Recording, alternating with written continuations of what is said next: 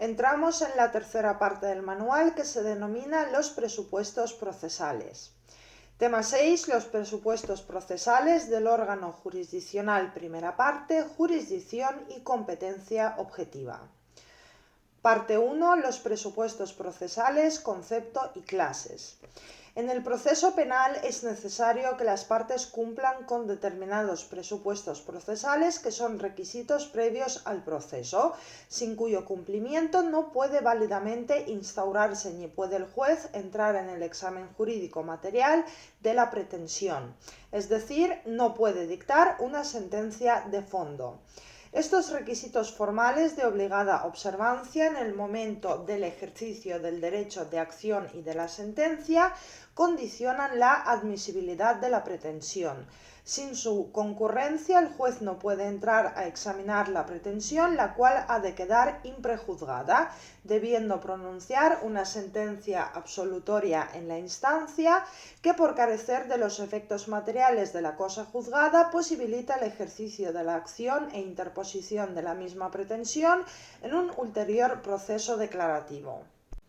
Sin embargo, en el proceso penal contemporáneo no caben sentencias absolutorias, razón por la cual tanto la fase instructora como la intermedia están especialmente dedicadas a purgar el proceso de los obstáculos procesales que impidieron una sentencia de fondo.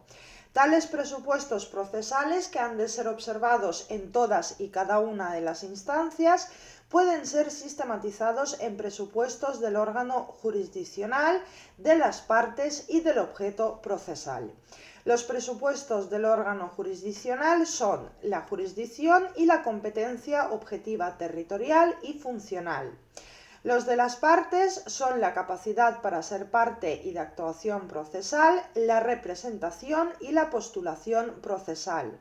Y los del objeto procesal vienen determinados por el procedimiento adecuado, la litispendencia y la cosa juzgada.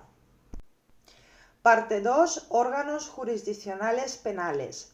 En el orden jurisdiccional penal coexisten unos órganos jurisdiccionales unipersonales a los que la Ley Orgánica del Poder Judicial denomina juzgados y otros de carácter colegiado denominados tribunales.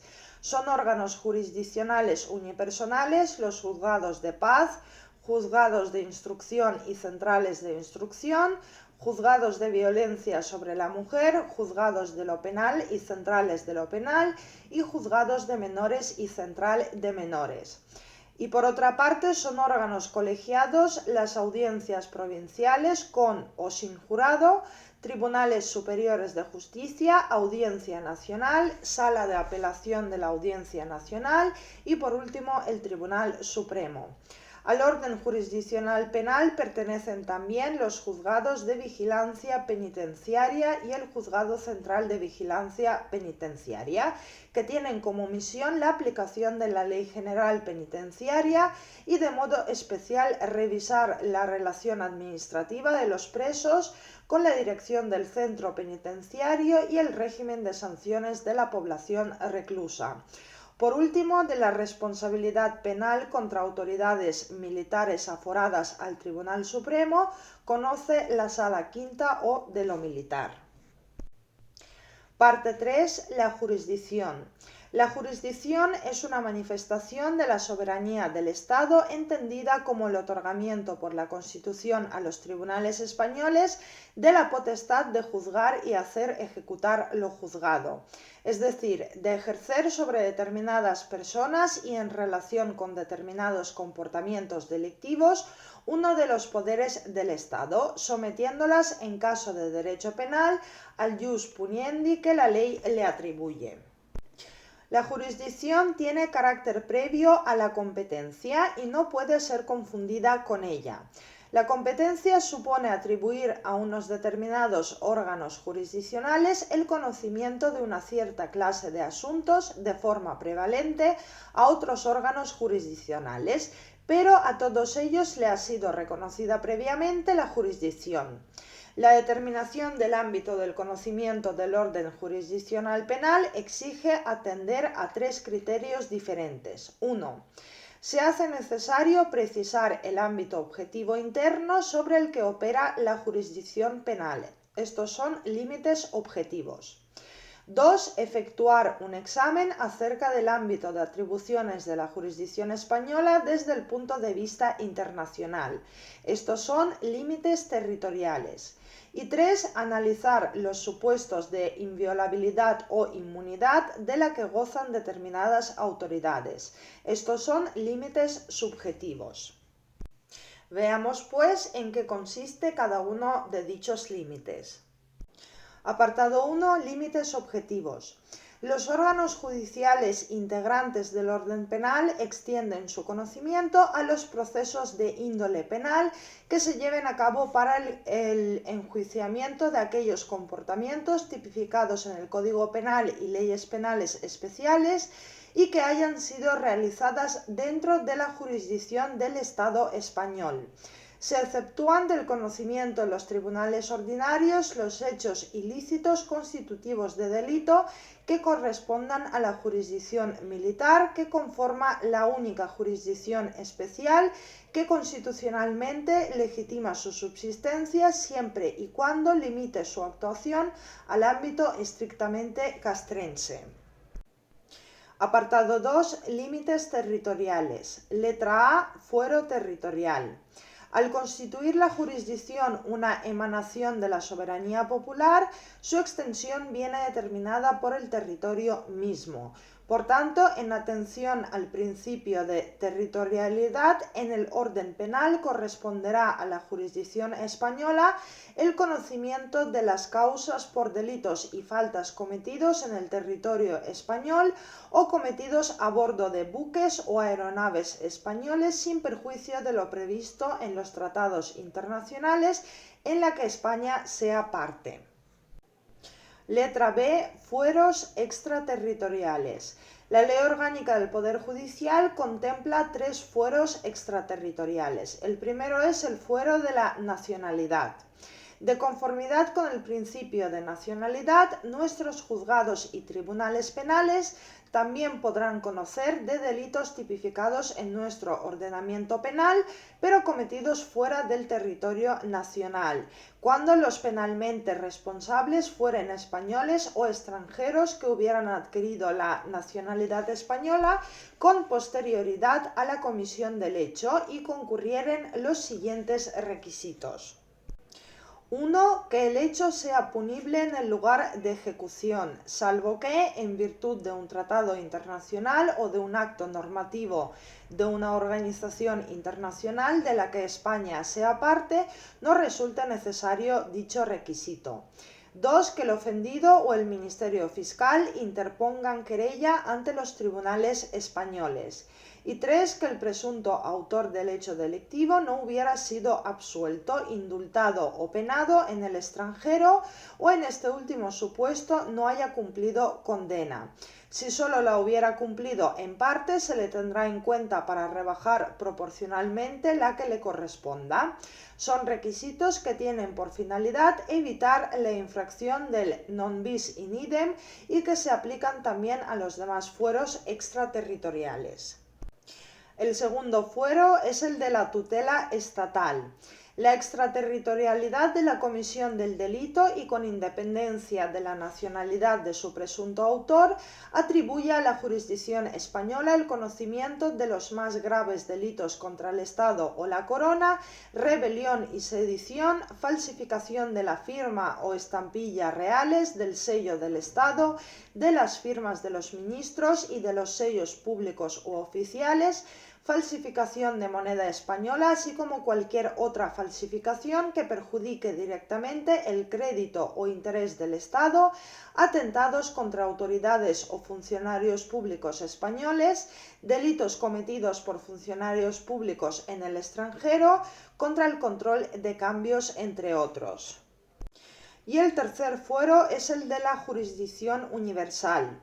En consonancia con los tratados internacionales, la Ley Orgánica del Poder Judicial consagra el principio de universalidad según el cual la jurisdicción penal española es competente para el conocimiento de determinados delitos que lesionan bienes jurídicos que afectan a la comunidad internacional en su conjunto, razón por la cual pueden ser perseguidos por cualquier Estado, cualquiera que sea la nacionalidad del delincuente y el lugar de su comisión.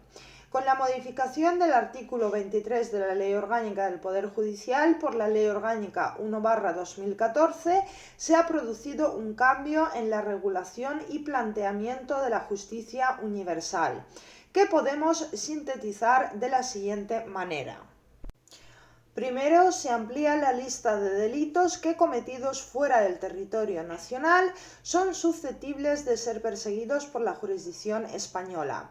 Así, junto a los tradicionales delitos de genocidio, lesa humanidad, terrorismo, piratería y apoderamiento ilícito de aeronaves, tráfico ilegal de drogas tóxicas, estupefacientes o sustancias psicotrópicas, trata de seres humanos, delitos relativos a la prostitución y los de corrupción de menores o incapaces, entre otros, se incorporan los delitos regulados en el Convenio del Consejo de Europa sobre prevención y lucha contra la violencia contra la mujer y la violencia doméstica, en la Convención contra la tortura y otros tratos o penas crueles, inhumanos o degradantes, los delitos de corrupción de agente público extranjero previstos en el Convenio de la Organización para la Cooperación y el Desarrollo Económico, delitos todos ellos cuyas previsiones han sido incorporadas a nuestro Código Penal. Segundo, se restringe el ejercicio de la jurisdicción universal a la concurrencia de determinados requisitos de conexión con el hecho delictivo, tales como que el presunto responsable del ilícito penal sea español o extranjero con residencia habitual en España, o que el procedimiento se dirija contra un extranjero que se encontrara en España y cuya extradición hubiera sido denegada por nuestras autoridades, o que la víctima fuera española. Desde la reforma por la Ley Orgánica 1/2014, tales puntos de conexión se especifican para cada delito en particular, exigiendo su presencia en unos casos de forma acumulativa y en otros alternativa, lo que ha sido objeto de crítica doctrinal, señalando que la reforma parece establecer víctimas españolas de primera y segunda categoría. Por ejemplo, tratándose de delito de terrorismo, será suficiente con que la víctima sea nacional española, mientras si se trata de un delito de tortura no basta con ser nacional, sino que se requieren exigencias adicionales. Tercero, conforme a la jurisprudencia constitucional y del Tribunal Supremo, se refuerza el carácter subsidiario de la jurisdicción universal, excluyendo la jurisdicción de los tribunales españoles cuando ya se hubiese iniciado un procedimiento en un tribunal internacional o por la jurisdicción del país en que hubieran sido cometidos los hechos delictivos o de nacionalidad de la persona a la que se impute su comisión. En estos dos últimos casos, siempre que la persona a la que se imputen los hechos no se encuentre en España o, estando en España, vaya a ser extraditado a otro país o transferido a un tribunal internacional en los términos y condiciones que se establecen. Los jueces y tribunales españoles se reservan la posibilidad de continuar ejerciendo su jurisdicción si el Estado que la ejerce no está dispuesto a llevar a cabo la investigación o no puede realmente hacerlo, siendo competencia de la Sala Segunda del Tribunal Supremo la valoración de tales circunstancias. Cuarto, se suprime el ejercicio de la acusación popular, exigiéndose como requisito de perseguibilidad la previa interposición de querella por el agraviado o por el Ministerio Fiscal.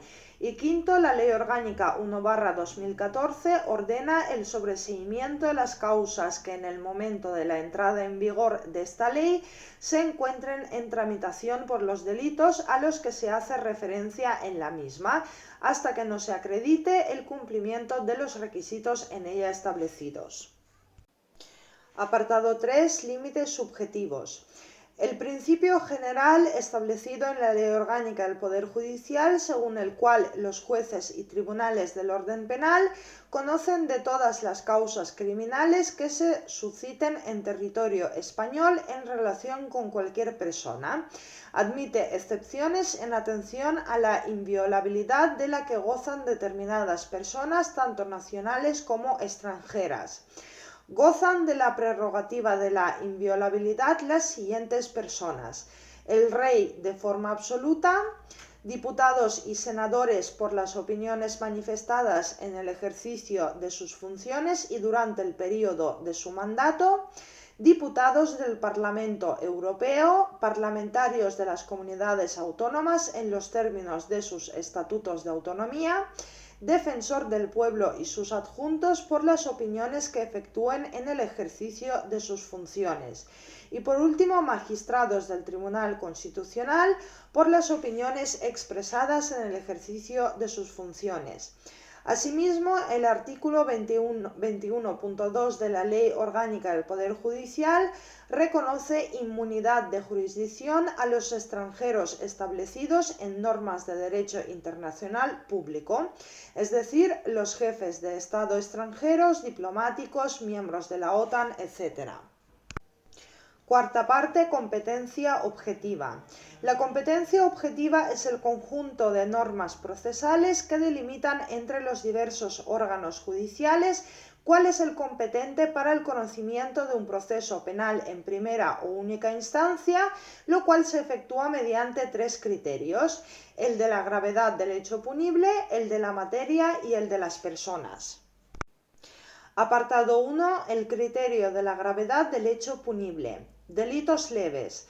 Los juzgados de instrucción son competentes para el conocimiento y fallo de los juicios por delitos leves, salvo que la competencia corresponda al juez de violencia sobre la mujer. En cuanto a los delitos a secas, los juzgados de instrucción efectúan la fase instructora de todos los procesos por delito cuyo enjuiciamiento corresponda al tribunal del jurado, a la audiencia provincial y a los juzgados de lo penal, con independencia de cuál fuere el procedimiento adecuado, excepto de aquellas causas cuya instrucción venga atribuida a los juzgados de violencia sobre la mujer o a los juzgados centrales de instrucción. Asimismo, le corresponde dictar sentencia conforme a los juicios rápidos y en las diligencias previas. Los juzgados de lo penal son órganos de enjuiciamiento y conocen de la fase de juicio oral de los delitos a los que la ley señale pena privativa de libertad de duración no superior a los 5 años o pena de multa cualquiera que sea su cuantía u otras de distinta naturaleza, únicas, conjuntas o alternativas, siempre que la duración de estas no exceda de los 10 años, excluyéndose los delitos de competencia del tribunal del jurado. También conocen de la ejecución de sus sentencias y de las resoluciones y sanciones pecuniarias y resoluciones de decomiso provenientes de otros Estados miembros.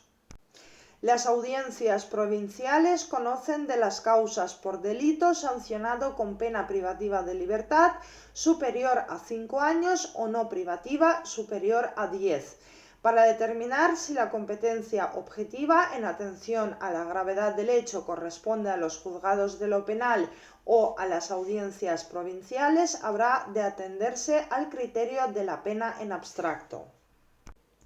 Apartado 2. Por razón de la materia. Una primera excepción a la regla general que atiende a la gravedad de la conducta viene determinada por la atribución de dicha manifestación de la competencia judicial por razón de la clase o tipo de delito objeto del proceso penal. Así, atendiendo a un criterio cualitativo, los juzgados de instrucción son competentes para el conocimiento de los procedimientos del habeas corpus. Conocen de la ejecución de las medidas de embargo y aseguramiento de pruebas transmitidas por un órgano judicial de un Estado miembro que las haya acordado en un proceso penal, cuando los bienes o elementos de prueba se encuentren en territorio español. Conocen de procedimientos de decomiso autónomo por los delitos en cuyo conocimiento sean competentes.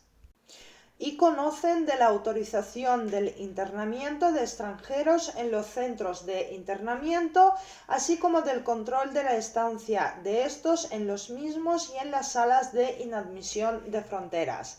También conocen de las peticiones y quejas que planteen los internos en cuanto afecten a derechos fundamentales.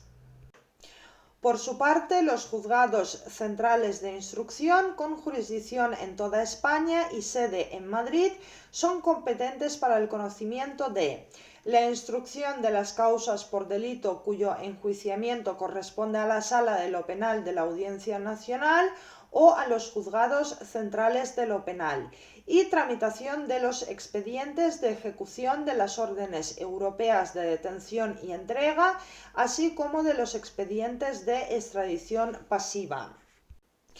Por otra parte, la Sala de lo Penal de la Audiencia Nacional, con jurisdicción en toda España y sede en Madrid, conoce de 1.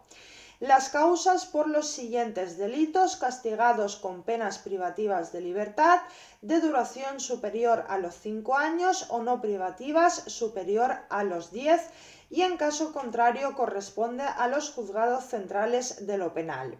Los delitos son los siguientes: delitos contra el titular de la corona, su consorte, su sucesor, altos organismos de la nación y forma de gobierno.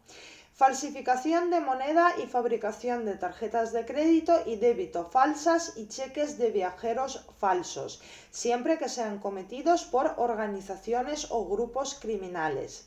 Defraudaciones y maquinaciones para alterar el precio de las cosas que produzcan o puedan producir grave repercusión en la seguridad del tráfico mercantil, en la economía nacional o perjuicio patrimonial en una generalidad de personas en el territorio de más de una audiencia.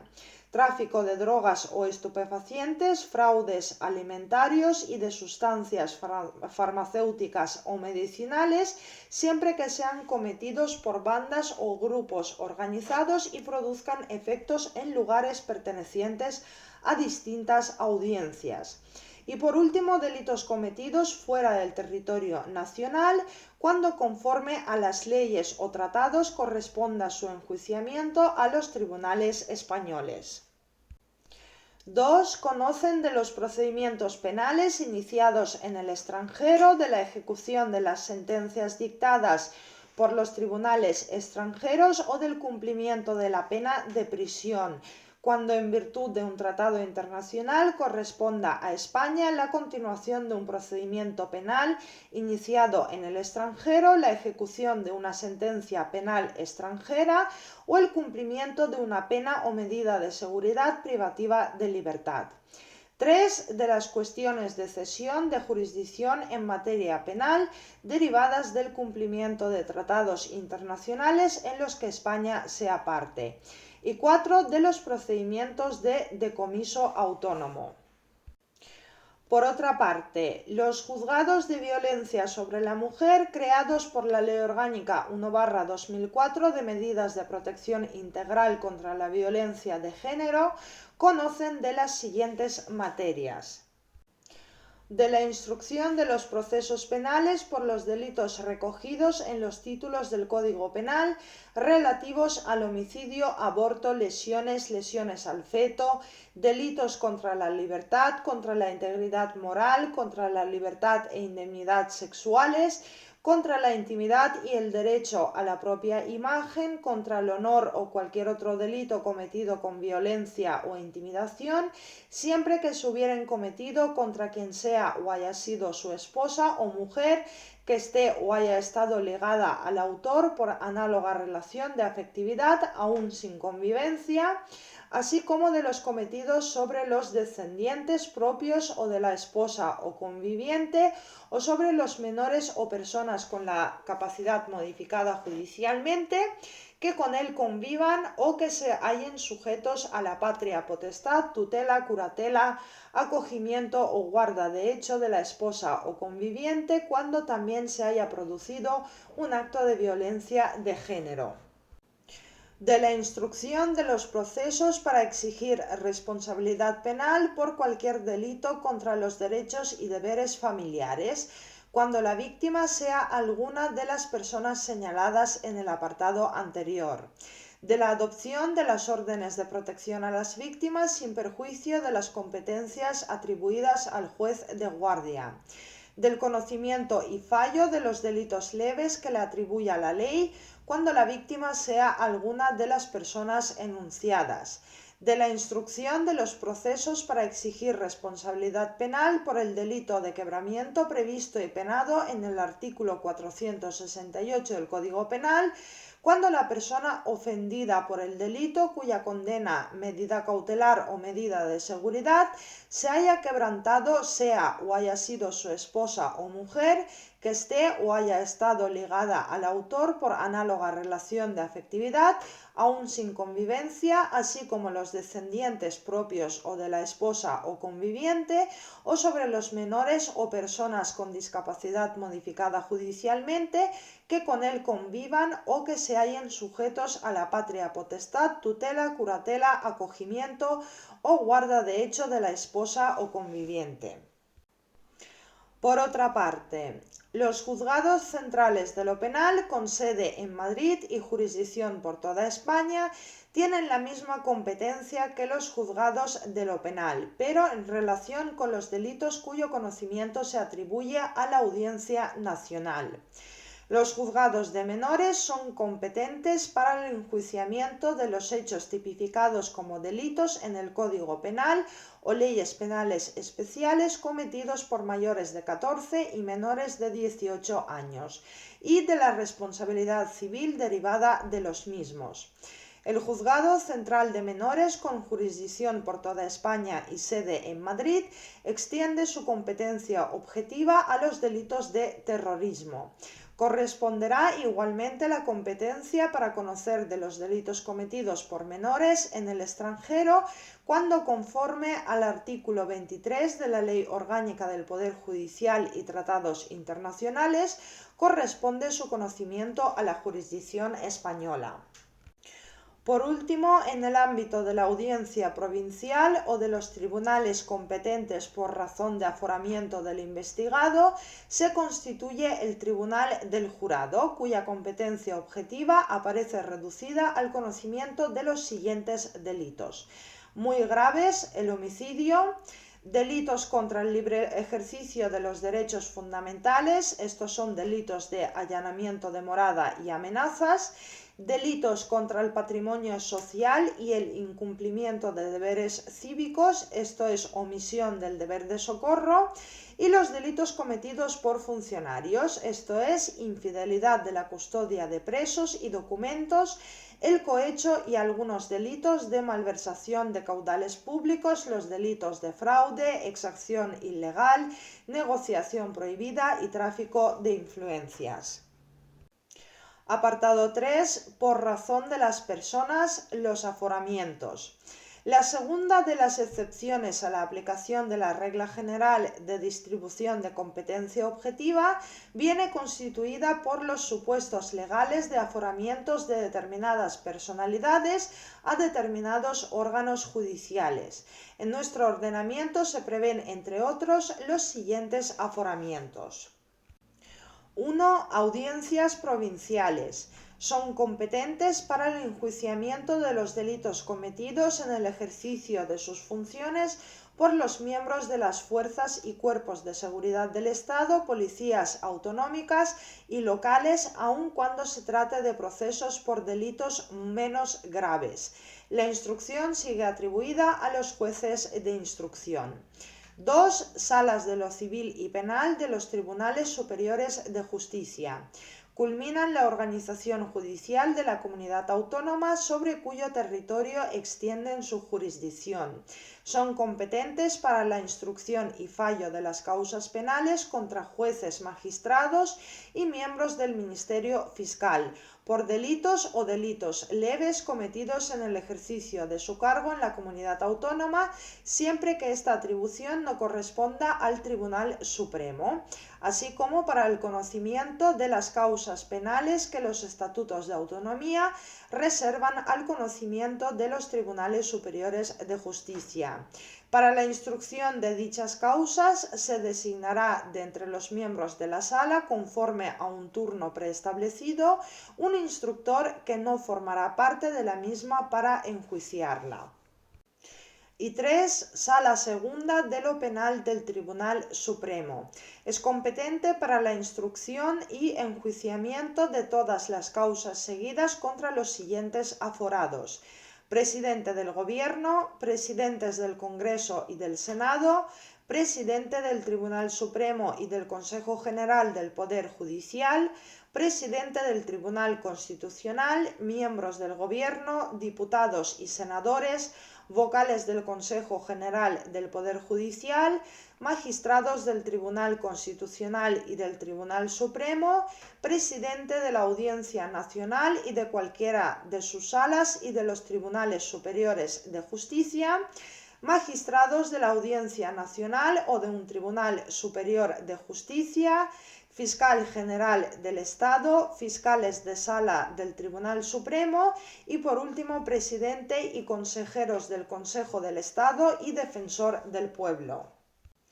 Para la instrucción de dichas causas se designará de entre los miembros de la sala, conforme a un turno preestablecido, un instructor que no formará parte de la misma para enjuiciarla.